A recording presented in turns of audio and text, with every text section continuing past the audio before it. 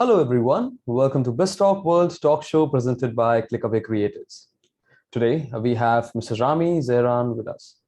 He is the Chief Marketing and Communications Officer of Saudi German Health based in the Kingdom of Saudi Arabia. With an experience of more than a decade now, he's an active speaker and is wise enough to share his journey with us. I have so many things to share, but we would love to hear things about Mr. Zahran from Mr. Zahran. So without further ado, let me introduce you to the gentleman himself. Hello, Mr. Zahran. How are you? Good. How are you? I'm doing great. Thank you very much for asking, and thank you for joining us for the session. Thank you for having me. Pleasure's all ours. So, Mr. Zahran, just to give a heads up to our audience, to our viewers, you have experience of more than a decade. I mean, it's like 14 plus experience, and you already have quite great achievements to mention upon, that someone can imagine. Um, I would first of all have to understand if you can give us sort of a really small brief, so that we can start the conversation, and then I will involve your career into this more. So if Sure, you can guide us absolutely. through that. So, as you mentioned, I currently am the Chief Marketing and Communications Officer for Saudi German Health, one of the largest healthcare groups in the Middle East and North Africa region, with with a number of hospitals and clinics and countless projects that are up and coming, as well as pharmacies, an academy, and a whole healthcare ecosystem that takes care of patients from end to end.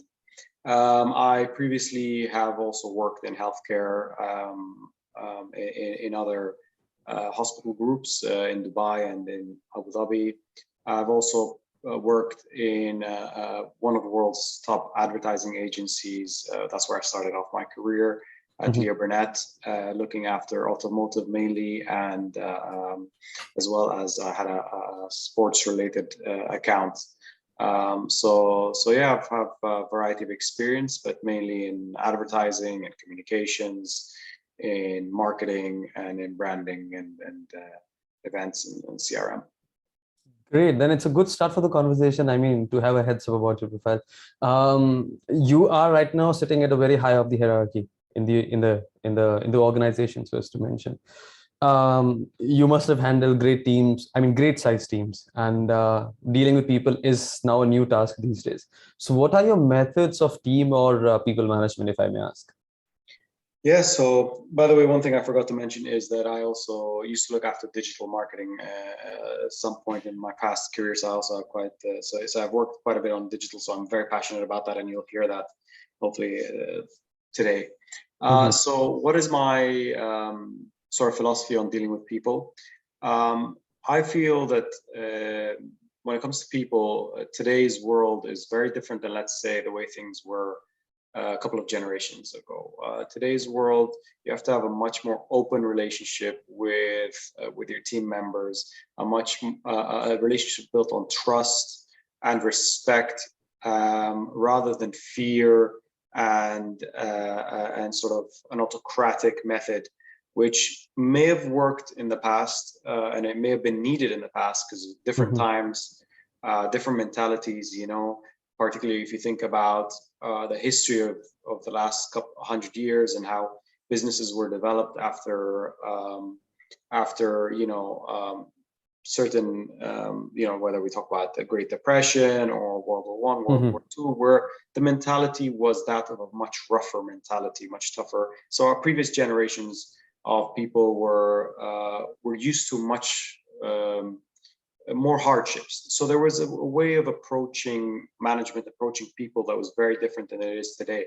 Today, we look at things like mental health and the importance of mental health and how you should factor that into your staff members and acknowledge that and recognize that some people need to be given, for example, the ability to recuperate and come back re-energized, rather than just, make sure that you get these people working 24/7, nonstop, 7 days a week, that you squeeze the most out of them.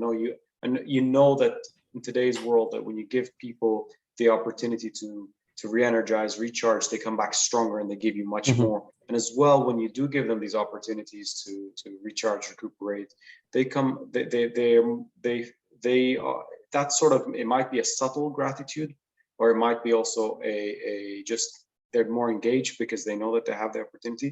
They come back and give you more, not just because they're energized, but because they're also more motivated.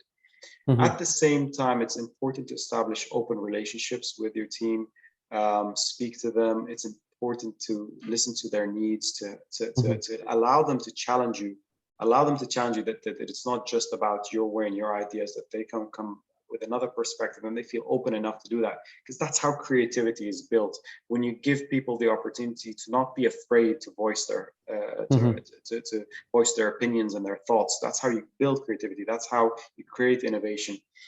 A lot of organizations in Silicon Valley are thriving because they also have a culture where mistakes are not the end of the world, whereby you're okay to test certain things to see if that could potentially end up being a revolutionary breakthrough.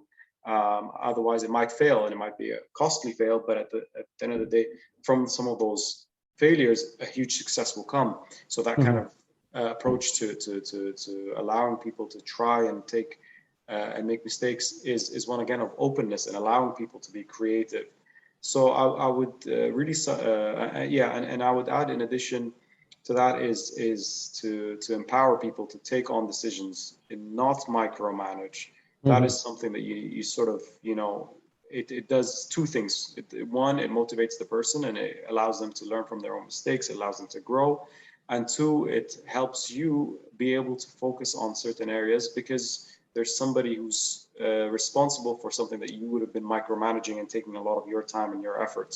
So so if you summarize, I think this idea of a modern approach to managing, where it's based more on the team and people, factoring on the personal needs of people, empowering them and being open with them and treating them more like human beings rather than employees is extremely important. Yeah, for me, team is everything, and when you allow the team to grow and flourish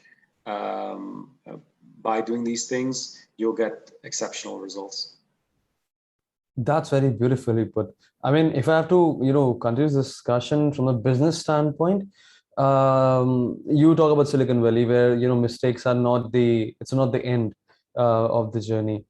What do you think is the main driver of business success? If is it just failure or something? With the fact that it depends on the industry. Obviously, you wouldn't want to try out different things in, let's say, areas where people's lives would be at risk. That is a definite no. You don't want to make a mistake there. You don't want to even allow a room for mistake.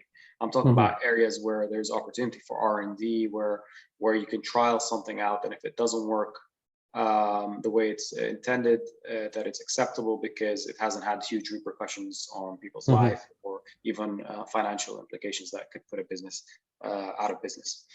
Sorry, just to go back to the question. Oh yeah, so the question basically was in continuation with respect to the business success. However, the definition of success may vary for business to business. But what do you think is the main driver for business success these days?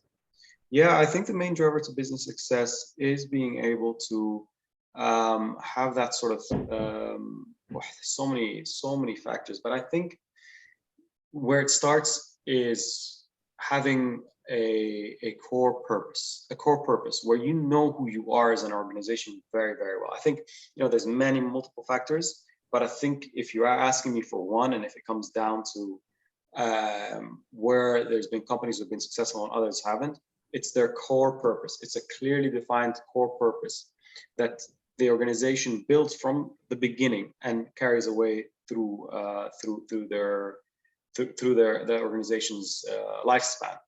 Basically, when, for example, our core purpose has been to relieve people's suffering. That's the reason our founders built this hospital. With a single hospital, now it's grown into this massive healthcare group. And it's built and it's grown into this massive healthcare group because the purpose has stayed the same throughout the existence of this 30 plus organization. Every decision has been made. How do we relieve people's suffering? And that drive as well of, that passion and passion is extremely important in any person. to be able to be successful. That passion for relieving people's suffering has made us grow more and more, and be able to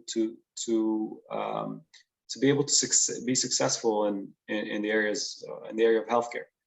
So I would say, if you were to just really, ask me, just give me the one absolute thing that makes businesses successful, is a clearly defined purpose that stands the test of time.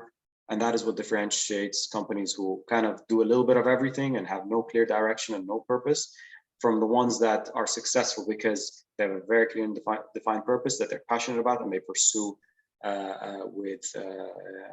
with absolute dedication and passion. So it also comes down to value creation, if you can put it that way. Absolutely. The purpose should create some sort of value at the end of the day as well, right? So yeah. Great, that's wonderful. All right, Mrs. Zahran, some sort of personal question, if I may ask. Being being at such a, again, at the top of the hierarchy with such a great organization, having so many healthcare and or so many things to focus upon around the globe, how do you really manage your time? What's your time management mantra on that end? Yeah, look, it's I would like to say that I'm perfect in this, but I do get consumed quite a lot with my work. It's natural when you're in this kind of role.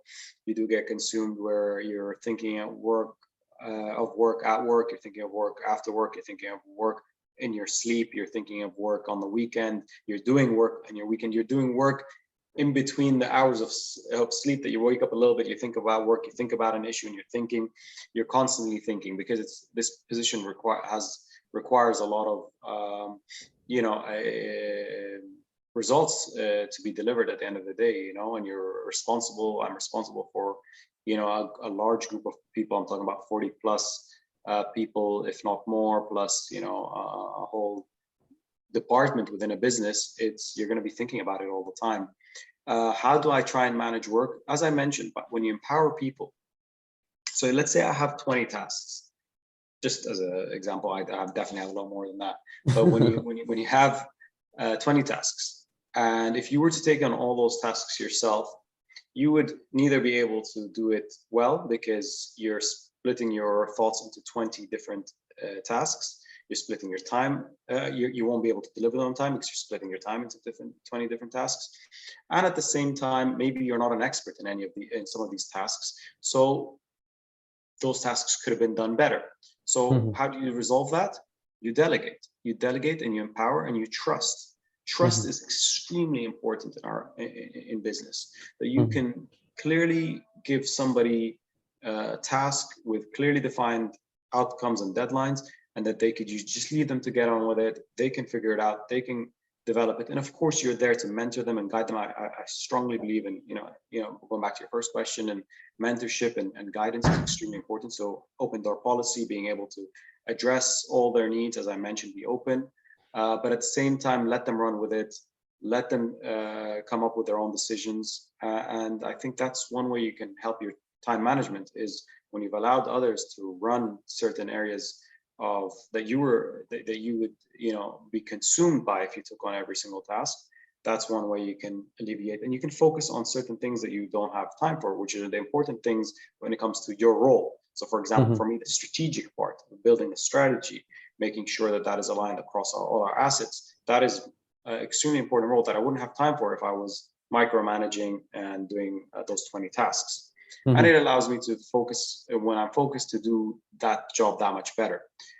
So I would definitely say, to manage my time, delegating and empowering people helps a lot. I also do think that it is important to come back refreshed. So I do try and, for example, I'm terrible at this, so I have lunch on my desk as I'm doing work. It's just there's too many meetings and things happening, but I do try and ensure that, for example, if I'm facing a problem, an issue that I cannot crack, I found that going for a walk helps me resolve it.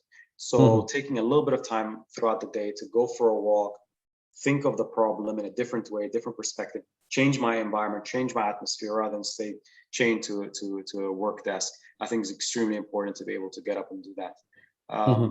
Other than that, I'm very meticulous. I have a very meticulous way of managing emails, for example. I have so many different folders, archives. My inbox has to remain with the top tasks at the top. And then once things get completed, they get archived immediately. So I know exactly where to look at. Same thing with my WhatsApp, which is also another form of an inbox. So I use archiving in a way that allows me to see what's top priority and what's not. I manage my schedule quite well, ensuring that there's enough time where we are able to process thoughts. I make sure that so that you can move from meeting to meeting in a way that they make sense. So you're not changing completely the subject in your mind. It's very important if you think about it psychologically. If you're going from one topic to a completely different topic, and you don't give enough time for this first topic, your process is incomplete, and a lot of your projects keep getting incomplete because you keep changing subject. So you have to give certain subjects the right amount of time, and the flow of the meetings, scheduling that in a way that they make sense, that they're similar subjects aligned, and that you can have a break in between some of the meetings so you can at least refresh your brain. That's extremely important for me, and the meeting itself. So I'm very structured when it comes to meetings, making sure that we stay on topic, stay on subject, move on when we have to, and that we don't over elaborate certain points, and that there's a clear agenda. So when you're structured that way, and you make sure you can empower people, the combination of both is very helpful. That's an example of a successful individual. I mean, being process oriented. If I have to summarize all of the things that you mentioned, it's all about the process and how you follow it, how you create your process, and you follow it with full of the honesty. I had a last question because I don't want to run out of time on this, but I had a last question, which was wanted you to actually advise young professionals in your industry or in a generic sense of the industry. You have answered a lot of things in this question about that, but I still want you to give some add-ons. I mean, some basic advice to the young professionals, if you can. Oof, it's a tough one. There's so many. It makes you feel old. Does it make you feel old on this? Well, I mean, yeah. First of all, and second of all, it's just there's so much that you could give as advice. Well, let me think of a couple. So one, I would say, is definitely make sure you learn your craft quite well. One thing that I would advise is learn your craft quite well, become an expert in it, and don't try and get involved in so many different things that may not be your core competency. So I at one point in my career I tried to get out of marketing because there was something about marketing that I was at some point I was a bit frustrated with. And I got out and it was into a completely different area. And I realized, no, I'm somebody who's a marketer. So I definitely would always say that if you know where your strength lies, use your strength. That's one thing. Number two is build your career in a way where you're not doing it just for money or position. It's extremely important that you're not just jumping from place to place, because that is reflected on your CV. It's reflected in the way people look at you, that you're just jumping for a position or money. If these are the first things that somebody hears from your mouth, that what's the salary, what's the position, it's something that you kind of, I would personally don't look at very favorably. I like to see somebody ambitious. For me, I always say I hire for attitude, not necessarily skill sets, but because attitude is what is really people can learn everything. People, especially in marketing, you can learn anything. I actually also like to hire people from outside of healthcare, because I think that people who get stuck only hiring from their own industry are missing out on amazing talent out there that have amazing attitude, and they can learn that industry in a matter of weeks. But you cannot learn attitude. So making sure you have the right attitude will get you a long way. So it shouldn't be about your salary position. It's about having great attitude. And the third thing I would say is, at least for the younger guys graduating now and sort of looking at careers, is to be patient. So basically, there's this concept that millennials and the next generation are too impatient, are too eager to get promoted very quickly, are impatient with processes, with the way things work. They want to get into certain fields, and then they get frustrated when they can't, because there's that impression that there's a bit of more entitlement to this age group. But I would say be patient, because at some point you may not be doing exactly what you want to be doing, but with hard work, dedication, effort, somebody may pick up on your attitude. Again, going back to the second point, somebody may pick up on your right attitude, and you may eventually end up in the place you want to be. But if you're impatient and you do the wrong moves in your career, you do the wrong choices, you take quick actions at your workplace, that's going to be reflected, and it's not going to be favorable on you. As a bonus thing that I would advise young generations, or yet the younger generation, I would also say that, and this is cliche, but it is important, follow your passion. This is again related to, very similar to points 2 and 3. Follow your passion. You need to be passionate about what you do. Again, don't do it just for the salary or the title. Do it because you feel passionate. So as you're starting off your career, figure out a place, again, and be patient. Figure out the place where you're going to be able to give your best. It's extremely, you will only be able to give your best to a workplace, to colleagues, to your boss. I don't like to use the word boss, but to the people you work with. That's going back to point number 1, by the way. I don't like the word boss. I like the word team. So to give everybody around you your best, you need to be passionate about what you do. You shouldn't do it just because it pays the bills. You need to be passionate. It's a lot easier said than done. But if you're starting off your career, find where you're going to be passionate. And if you're, and again, if it's not working out the way you want to, be a little bit patient, but make sure you eventually go back to your passion. So it's about being patient, have your passion. Don't be in a hurry for a success. I mean, it will take time. Be patient, be passionate. Don't look at titles and salaries. And I forgot what was mine. It's recorded on the video. But, there are so many things. This whole session is so interconnected with itself. I mean, it's like a web of information, and I'm so proud that I am part of this session. But we will be having more discussion with Mr. Zahran. We have some time constraints here. He's a busy man. Thank you very much, Mr. Zahran, for getting so much time for us. Thank you for this interview. Let's end the session with some thank you notes. So thank you very much, Zahran, for sharing some great insights with us. And we, of course, look forward to having a chat with you again in the future on some other trending topics in the international business industry, of course. I look forward to it. Thank you very much. Pleasure is all ours. Thank you for joining us. And for our viewers, if you really like this chat with Mr. Zahran, please make sure that you like this video, you share this video, and you also click on subscribe button to subscribe to Click Away Creators YouTube channel to appreciate what we do. And you have more coming in from industry leaders like Mr. Zahran. This was Sagar for BizzTalk World signing off. Thank you very much.